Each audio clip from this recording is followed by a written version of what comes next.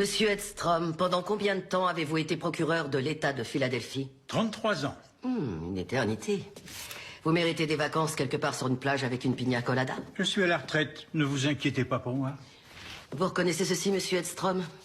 C'est le rapport du procès que vous avez instruit en 1968 contre mademoiselle Bromel pour prostitution. Objection, votre honneur, il s'agit du casier juvénile scellé de l'accusé. J'invoque la jurisprudence David contre l'État d'Alaska qui autorise un témoin à témoigner sur le contenu d'un dossier scellé. Objection rejetée.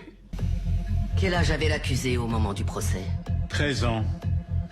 Pourquoi vous la poursuiviez pour prostitution au lieu de la considérer comme une victime de trafic sexuel? Tout ce concept de trafic sexuel est relativement récent.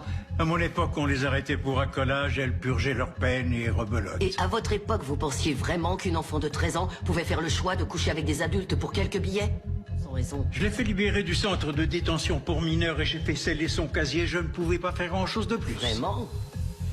Sherry Watson, Patricia Adams, Caroline Peterson, l'un de ces noms vous rappelle quelque chose? Non. Je vais vous rafraîchir la mémoire.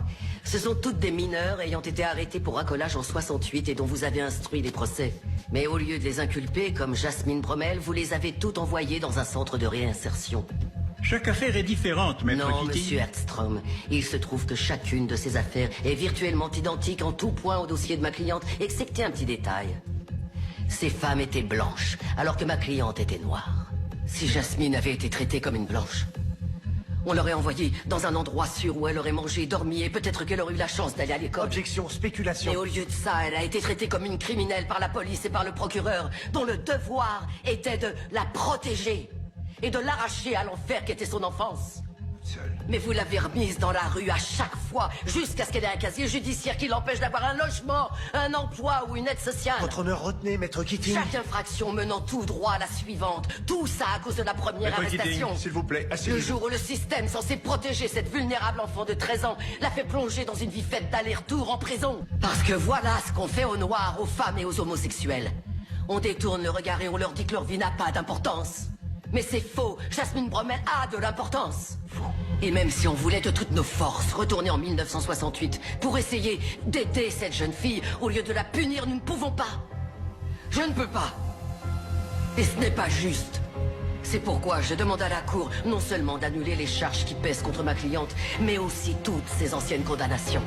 C'est la seule façon d'offrir à mademoiselle Bromel le peu de décence humaine dont le système l'a privée durant toute sa vie.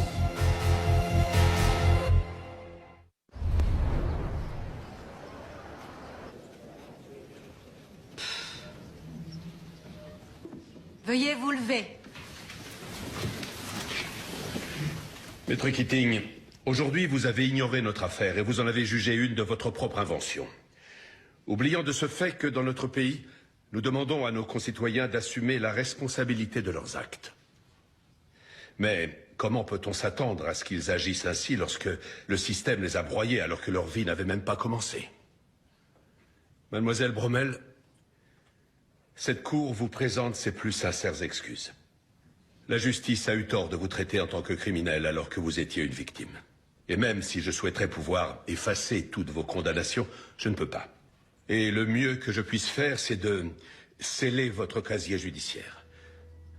Alors, tant que vous ne referez pas surface dans mon tribunal, vous pourrez à nouveau bénéficier de l'aide sociale et vous pourrez postuler pour n'importe quel emploi sans avoir à révéler votre passé criminel.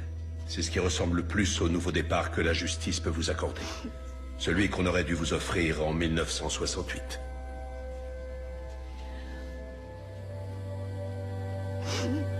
J'ai gagné. C'était ma première affaire depuis mon retour et je l'ai gagnée. Voilà pourquoi je voulais en parler. Parce que ça m'a fait du bien de faire quelque chose de bien.